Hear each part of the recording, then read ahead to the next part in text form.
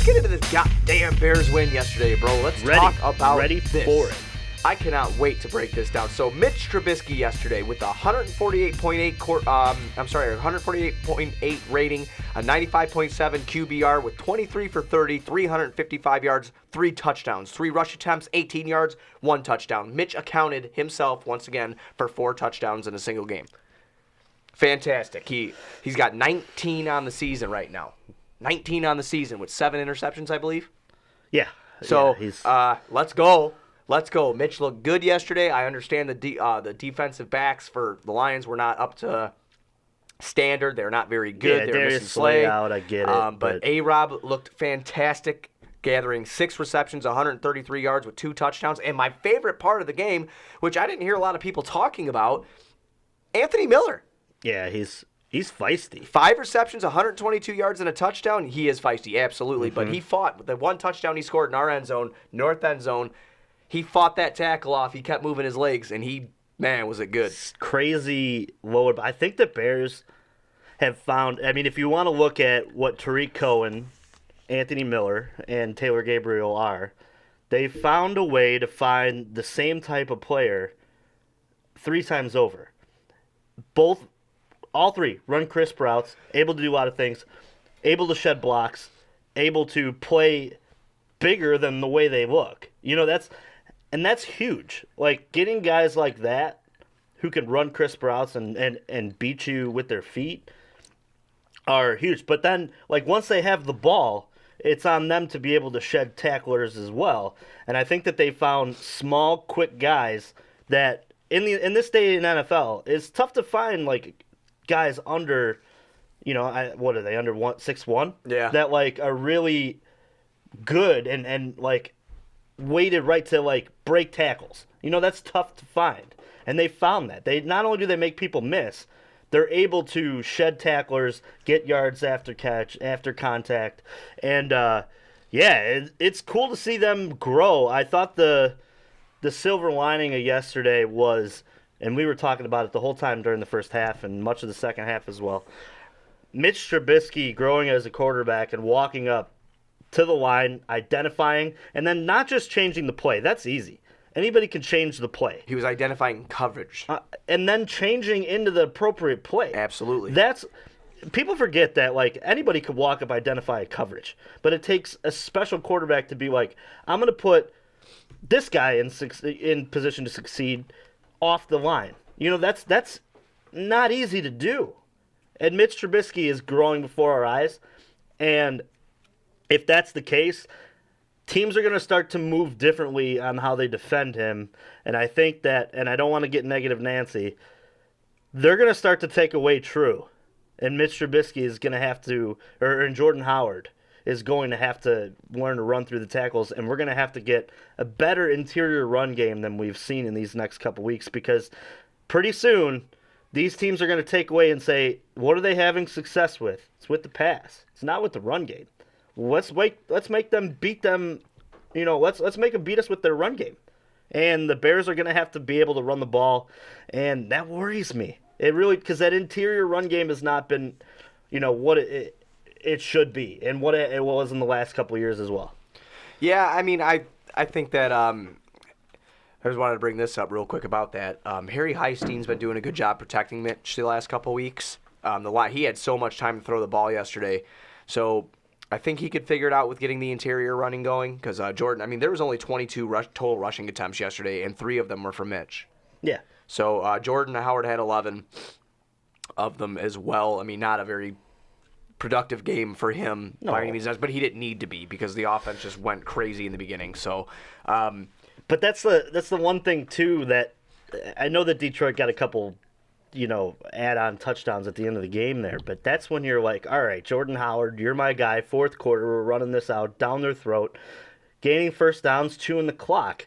Now, if they have to throw all the time to do that, you're opening yourself up to letting people back into ball games, and I hope that they get this right. I think they can get this right. I'm not overly concerned about it. If you were to rate my my level of worriness on 1 to 10, I'd probably put it at a 6, maybe 5. It's not percolating yet where it's boiling over.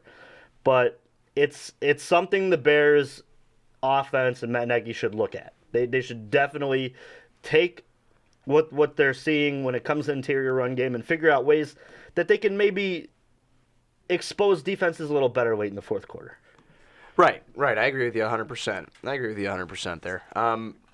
Speaking of defenses, Khalil Mack, the return of the Mack. That guy is an alien. Yeah, 2 sacks yesterday. He's not real. He's not real. He's not a real. He's like Santa Claus, and I'm sorry if anybody listens here who doesn't know yet, but I mean there are things. The Easter Bunny isn't real, Santa's not real, neither is Khalil Mack. Khalil Mack he's not a real person. It's unbelievable what he does for that team on the defensive line. Also, you know what? Just somebody that we've talked about here on the show before, Bryce Callahan. Dude, unbelievable. He's everywhere, and then he got to be in on offense yesterday as well. Just like Rounders, I was talking about it yesterday at the game. Pay that man his monies. Exactly. I mean, I want Bryce Callahan underneath the Bears uniform for the next 4 or 5 years for sure. Absolutely. That kid is nothing but hustle, nothing but heart, and a lot of skill.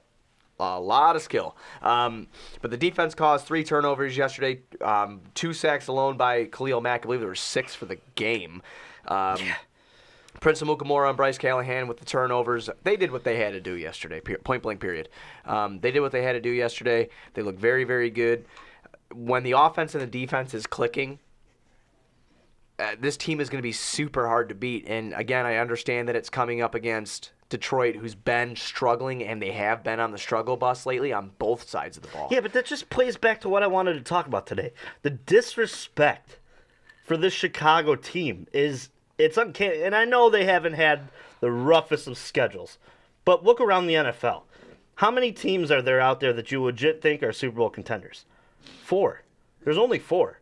Chiefs, Saints, Patriots, Rams. Those are the 4 that everybody seems to be putting at as their final 4 per se of what's going to happen. The fact that the Bears are 6-3, and this is my building point on it. They've beaten teams 4 out of 6 of their wins are double-digit wins. In the NFL, where you just watched, I'm not going to make this example because it's a really crappy one because both teams are really bad, but you just watched a Buffalo team hang 40-some points on the Jets. You watched the Seahawks and the Rams play each other to a standstill a lot of that game yesterday. It was a shootout. Why not the Bears? Why not us? Make me you look at what Mitch Trubisky's doing. You look at this defense and you say, these are 2 top 5 defenses and offenses in the NFL. Why can't they do it? Why not? You know that I've been a Trubisky supporter since not when we drafted him. I didn't like how he moved up. Mm-hmm. And I'm on record saying that. Like I think I'm coming around on that now. I still think we could have got him. But it's whatever. Yeah, He's but a Bear. At this point though, go rewind to that. If Ryan Pace is that damn good, and he's been that damn good this year. Well, he's hit on his free agent hits. If he had any idea that they were going to take him and that was his guy, I'm fine with it because what has it resulted in? You're 6-3. Yeah, absolutely. I agree with you.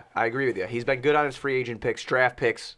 Well, later rounds, he's been really solid. Yeah, But in the your first rounds, been. Yeah. And then you look at Leonard Floyd, you look at Kevin White. Yeah. So but anyway, getting into this. With that said, Roquan Smith, beast. Yeah, that's a hit and a half. Yep, looks great. But see, to me, that's a Vic Fangio pick. That's not a Ryan Pace pick. I feel like that's a guy that Vic Fangio went, dude, if you don't draft this guy and cement what our defense is going to be for the next couple of years, then we're going to have an issue here. Right. So I thought that was a Fangio pick, but I'm going to give Pace credit because he had to make that decision. Well, getting into the Mitch thing, I did not think that he'd be able to improve this quick in a new offense. No, you didn't. I didn't. No. I mean, guys that your father, my father, are friends. Like we didn't think. Both of us sat here. Sorry to cut you up. We said we were both 7 and 9, 8, 5, 6, 7 wins. I said 7 or 9 and 8 and 8. That's right. what I said. I think I had them at 6 wins. But then they got Mac, and I think I adjusted it. I think they said you adjusted it to 8, I think, or 9, somewhere around there. I still said because I thought about Mac 8. was at least worth. After Khalil Mack, I said 8 and 8 or 9 and 7, possibly. Yeah, but you never knew what Bryce Callahan was going to be and all these other bad Mitch has come, and he's looked great. And for people that disrespect Mitch, which we'll be getting into later in the show, it's just asinine right now. We should just do it now. You just want to do the Outcasts of the week? Well, we'll do it after the segment here, but keep going. Yeah. What's your thoughts? I just feel that he's played great. This team has proved me wrong. The offensive side, I knew the defense was going to be good. Before Khalil Mack, I thought they'd be good. After Khalil Mack, I thought they'd be elite top 5 defense, which I'm not wrong there. But the offense has just come on in such a strong way, and they're playing very good football where, like I said before, if they can get the shit together and both sides of the ball can be effective every week, and we're winning games that we're supposed to win right now too. I mean, yes, the Miami game, that stings a little bit. Supposed to win is funny to me when you're talking about a league where there's only 4 teams that could win the Super Bowl. To me, that's national media perception. So I mean, yeah, but that's a lot of people too. That's a lot of people on our Twitter. That's a lot of people in the sphere of the NFL that nobody thinks that anybody else can sneak up. My opinion on it is that same team that the Bears that throttled Detroit yesterday went and beat New England, and New England lost to Tennessee by double digits. So what are we talking about here? Yeah, it's the definitely same teams that you're talking about in that group are the same ones that are getting beat by nobodies. Right. You know, right. It doesn't make any sense to me. And one thing before we get into that last part that we were just talking about, Mitch, Cody Parkey, I yelled at you yesterday very bad. Your teammates rallied around you. Eddie Jackson, I believe, put out a tweet. It was either him or Amos. I can't remember which one it was.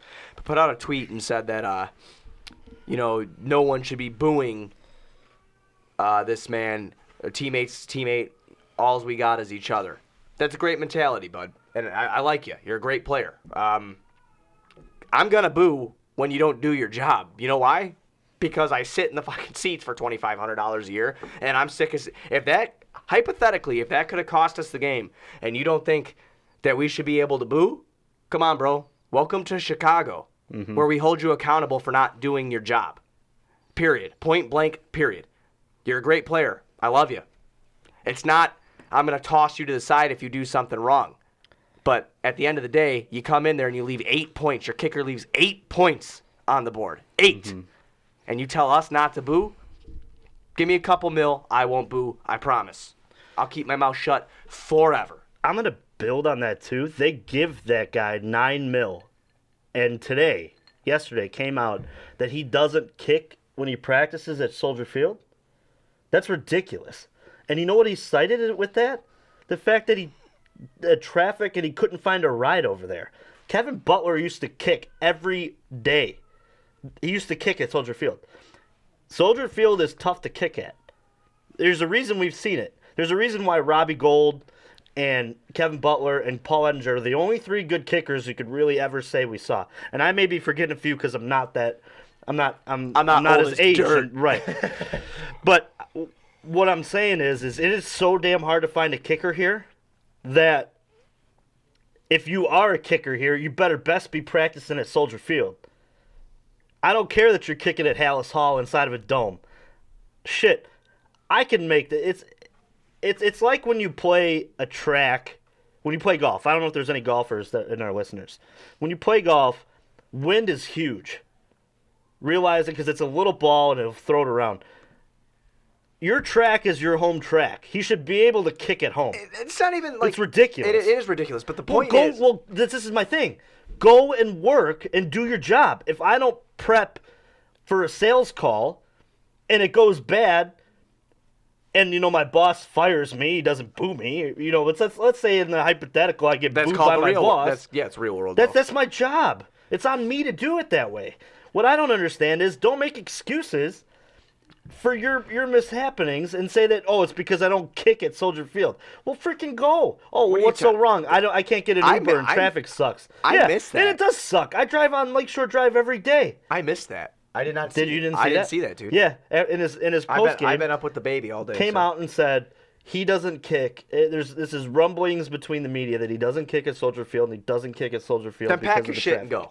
That's ridiculous. You're not giving 100%. So right? You're $9 million kicker. Get the fuck out of here. That's ridiculous. That pisses me off. See, I was gonna give him a little bit of benefit of the doubt, but I didn't see that today. So after that, I will boo you every time I see you on the field. Shit. Do we need to start a GoFundMe for this idiot to get an Uber? I'll pay for his Uber. I ain't paying for shit. We pay enough. No, I'll pay the $10 Uber if it means that he's making kicks on Sunday and not leaving $8 on the board. 8 points on the board. $8 is that's probably what the Uber would cost. But I'm saying if he's not leaving 8 points on the board, for shit's sake, a beer is $10 at the game. I'll pay $8 if it means he's making. I paid $60 in beer in there yesterday. I know. It's hilarious. I was with you on that too. Oh yeah, I know. I probably put up another 40. Yeah, you and I combined paid $100 for beer yesterday. Well, it's this. We just never stopped. We have to support Miller Lite. Yeah, that's true. That is true. We had some really bad jokes yesterday too about Detroit. Yeah. Which I'm not putting on this podcast. No. But if you were around us at the game, and I want to shout out our little guy Devin at his first Bears game with his little brother. That family was awesome in front of us. Yeah.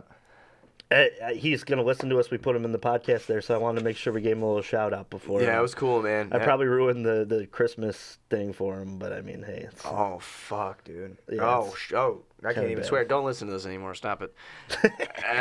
I mean, I'm sure worse things came out of our mouth yesterday, but the little kid was like, I tapped you on the shoulder. I'm like, that is 6-year-old me. Yeah, I kept throwing up the the X. That was 6-year-old stuff, me. man.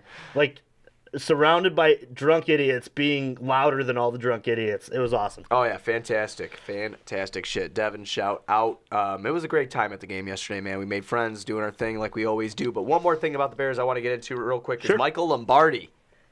You're the Outcast of the week, and I know I usually save it to the end of the show, but Juice. No, it makes sense, though. If we have any of these that fit inside what we're talking about, we should just roll them out. Michael Lombardi is on record saying some very ignorant shit about our guy, our quarterback, Mitch Trubisky. Which, first I'm going to call Michael Lombardi and say, dude, who the hell are you? Well, Mitch did that as well. I don't know if you saw that in the presser. One of the reporters brought up that his comments and goes, I don't know who that is. That's what Mitch said. I'll tell you exactly who he is. Michael Lombardi is an American football executive and media analyst. He's until 2016, he was an assistant in the coaching staff to Bill Belichick in New England, and he's a former analyst for the NFL Network, and he's a sports writer at NFL.com. Here are the quotes that make him the outcast, or the quote that makes him the outcast of the week. No, I'm not buying Mitchell Trubisky. You couldn't get me to buy a Mitchell Trubisky if you had him on a discount rack at Feelings Basement. I don't know what that is. I don't even know. That's what he said about Mitch. Also, last year, he called Doug Peterson the least qualified coach in the NFL, and the Eagles won the Super Bowl. So you're the outcast of the week. I'm not even going to talk about your career. I'm not going to talk about anything like that, but you're the outcast of the week because you don't take your stupid-ass comments back. This kid, you praise Jared Goff, and in his second year, him and Trubisky are pretty much even through second years. Carson Wentz, Trubisky surpassed him in his second year. Numbers-wise, I'm not talking about Carson Wentz right now. I'm talking numbers-wise from 2 years. So, Michael Lombardi, get off the drugs, whatever you're on, man. And I don't get it either. Was he advocating for Carson Wentz being a better quarterback? Because if he watched last night, Carson Wentz was... it wasn't anything special. He said I think he was at a game in Chicago, right? He was covering a game in Chicago from what I had read before. And he was walking through the city, going to the game, and he saw a bunch of people in Trubisky jerseys. And it rubbed him the wrong way, saying, what has he done to warrant anybody wearing his jersey? This kid, and then that led into that comment. He's about to surpass all Bears records for quarterbacks in a single season ever. What do you mean? It's a dumb comment. Like I said. By a failed GM like that. I hate that. If you're going to have a good argument and you're going to bring something up like that, I get it. But bring your weak shit away. Yeah, it's stupid. It makes no sense. Get bent. Go to Sports Mockery for Chicago sports, news, and commentary from those who know it best, the fans.